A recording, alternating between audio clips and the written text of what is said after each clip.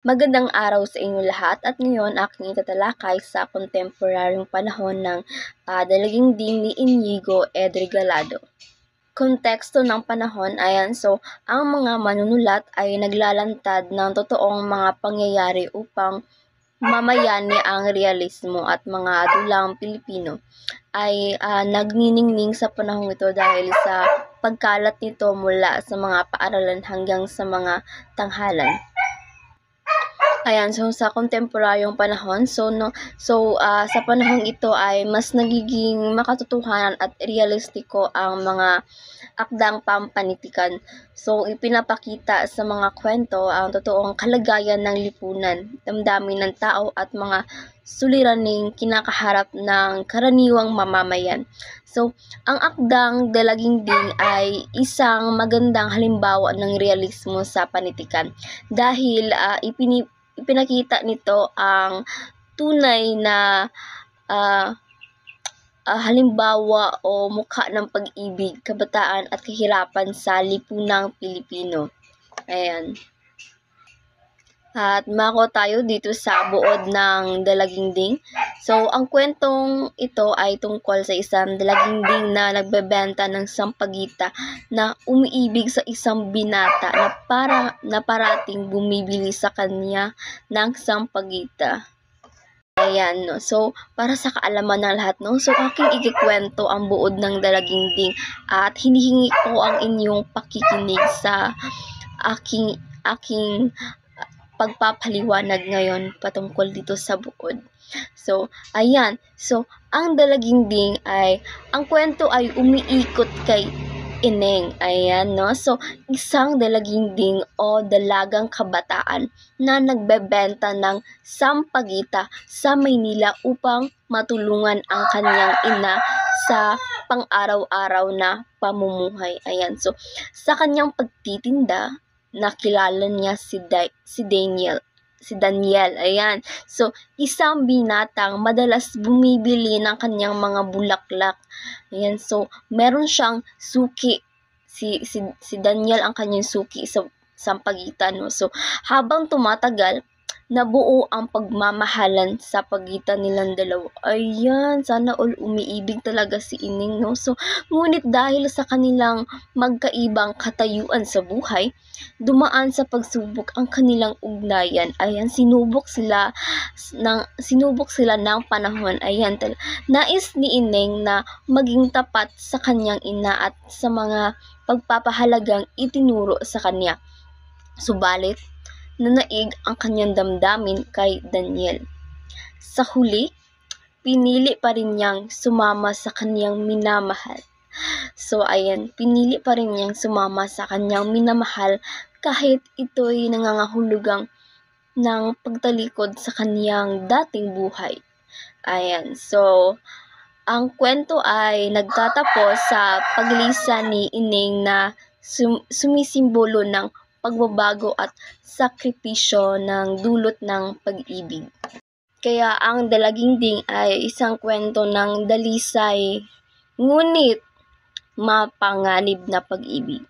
Ayan. So, ipinapakita dito na ang pagmamahal ay maaaring magdulot ng kaligayahan, ngunit maaari rin itong maging dahilan ng pagbabago at pagkalayo sa dati mong buhay. At ayan, dumako tayo dito sa mga tauhan at kahulugan nila. Ayan, so si Ineng Dalaginding. So, isang dalagang may edad na 19 to 18. So, ito ay masipag at may busilak na puso. So, kumakatawan siya sa kabataang Pilipina. Ang ibig kasing sabihin ng Ining ay dalagang kabataan. So, ito ay may busilak na puso, kumakatawan sa mga kabataang Pilipina na marunong magtiis, magmahal at magsakripisyo. So, sinisimbolo nito ang kabutihan, pag-ibig at kabataan. At dito naman kang Daniel ang binatang umiibig kay Ineng. Ayan, no? Ang binatang bumihag sa puso ni Ineng. So, siya ay larawan ng matapat na pag-ibig, ngunit nagpapakita rin ng kapangyarihan ng damdamin ng tao. Ayun, no? So, sumisimbolo ng pag-ibig at tukso. At dito naman tayo sa ina ni Ineng. Ayan, no? So, ang haligi ng tahanan. So, kumakatawan sa pagmamahal ng magulang at tradisyonal na pagpapahalaga ng mga Pilipino. Ito ay sumisimbolo ng sakripisyo at karunungan ng mga nakakatanda. Naway naintindihan nyo ang buod at ang mga tauhan ng kwento. Ayan. So, dumako tayo dito sa tagpuan. Ayan. Libis. So, ito ay isang tahimik at maaliwalas na lugar. Ipinapakita rito ang payak na pamumuhay ng mga Pilipino sa probinsya. Ayan. At dito naman sa Maynila. So, ayan, no? So, dito lumipat si Ineng upang magtinda ng sampagitan. So, dito siya nagtitinda sa Maynila. So, sumisimbolo ito ng pagbabago, kabuhayan at mga tukso ng modernong buhay. Ayan, no, ang pagbabago ng tagpuan mula sa Libis patungong Maynila ay maaaring sumisimbolo sa paglipat mula sa payak na buhay tungo sa masalimuot na realidad. So, dito nasusubok ang karakter ni Ineng at ang katatagan ng kanyang damdamin. Dumako tayo dito sa Banghay, simula. So, masaya si Ineng sa kanyang simpleng pamumuhay. Masaya siya lalo na kung nakakabenta siya ng sampagita. So, dito, ipinapakita niya ang masayang pamumuhay ni Ineng at ang kanyang pagiging masipag sa pagtitinda ng sampagita. At ngayon ay dumako naman tayo para sa ating gitna. Dito po ay ating malalaman kung ano nangyari sa gitna ng kwento. Sa gitna po ay dumating ang isang mamimili ng sampagita na si Daniel. Palagi niyang pinapakyaw ang bentang sampagita ni Eneng. Dito po ay makikilala ni Eneng si Daniel na ang siyang papakyaw na kanyang mga bilihin na mga sampagita. At sa susunod naman po ay ang kasukdulan. Dito po ay nagkalapit ang loob ni Eneng at Daniel. Isinambit ni Daniel ang kanyang tunay na nararamdaman kay Eneng. Dito po ay nagkakakilala na ng maayos si Eneng at si Daniel. At dito rin po sa ating kasukdulan ay ipinagtapat po ni Daniel ang kanyang tunay na nararamdaman kay Eneng. At susunod naman po ay ang ating wakas. Itinanong ni Eneng sa kanyang nanay ang kanyang nararamdaman. At napagbatira ng ina ang nararamdaman ni Eneng. At sa huli, nagibigan at nawala si Eneng at si Daniel. Dito nagtatapos ang kwento ng magsasampagitang umiibig at sumama sa kanyang minamahal. Dito po sa ating wakas ay dito po nalaman na ina ni Daniel ay ina ni Eneng kung ano ang nararamdaman ni Eneng sa kay Daniel.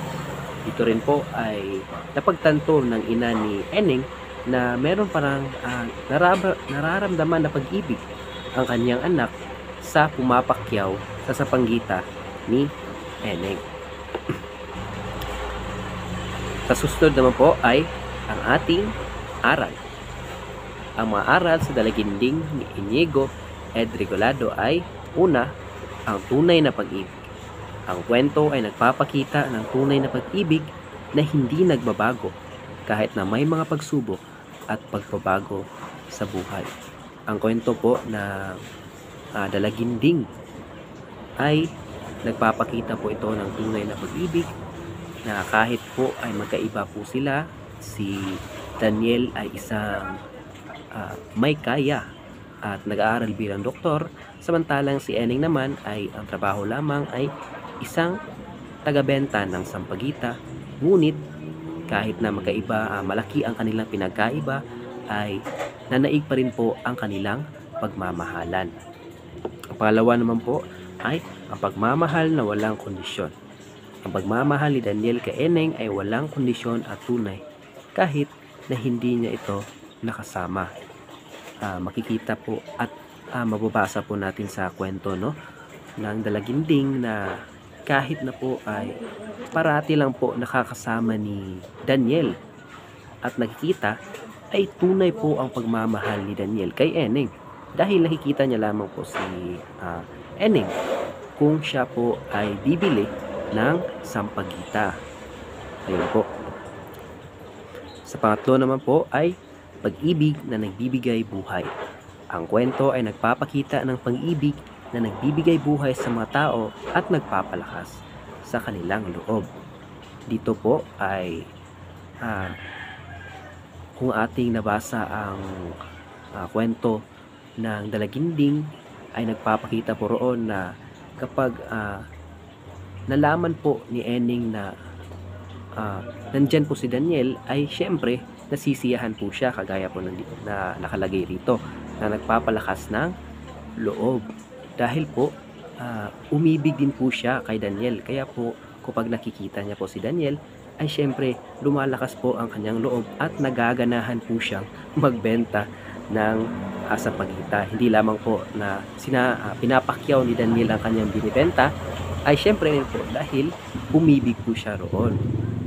Yan po yun ang pag-ibig na nagbibigay buhay. Ang pang-apat na aral naman po ay katapatan at katunayan. Ang kwento ay nagpapakita ng kahalagahan ng katapatan at katunayan sa isang relasyon. Kung atin pong nabasa dalaginding ni Edgar Galado po ay nagpapakita po ito ng kalagahan o katapatan sa isang relasyon. Dahil po kahit na si Daniel po ay isang may kaya at parati lang po niya nakikita o paminsan lang po niya nakikita si Eneng ay napapahalagahan niya rin po at tapat ang kanyang pag-ibig kay Eneng. Hindi niya po pinagpalit si Eneng. Ang kanyang pagtingin po kay Eneng ay totoo at hindi po yun nagbabago kahit na po na paminsan-minsan lang po silang magkita at nakikita niya lamang po ito kung nagbebenta lamang si Eneng ng sampagita. Samantalang si Eneng naman ay nanatili po rin po ang kanyang pag-ibig kay Daniel kahit din po paminsan-minsan niya lang po makita si Daniel. Ang mga aral na ito ay makakatulong sa mga mambabasa na maunawaan ang kahalagahan ng tunay na pag-ibig at pagmamahal sa buhay. Ang kwento po ng dalaginding ni Ed Regalado po ay nagpapakita po yon ng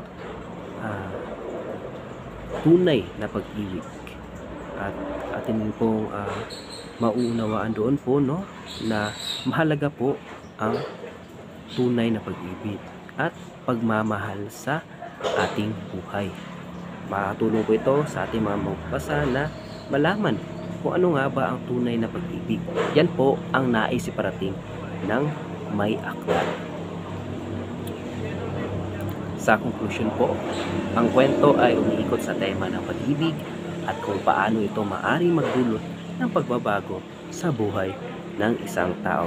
Kaya na lamang po na nangyari kina Eneng at Daniel. Nakaloob din sa kwento ang mga tradisyon na nagpapalaga at paniniwala ng mga Pilipino ng noong unang panahon.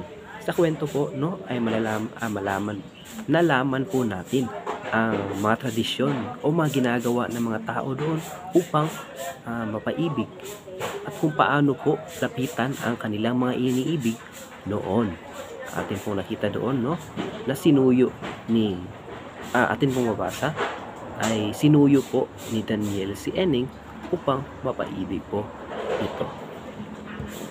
Yan lamang po at narito po ang aming mga sanggunian o mga references.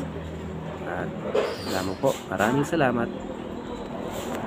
Sana ay meron kayo naintindihan sa aming pagtatalakay.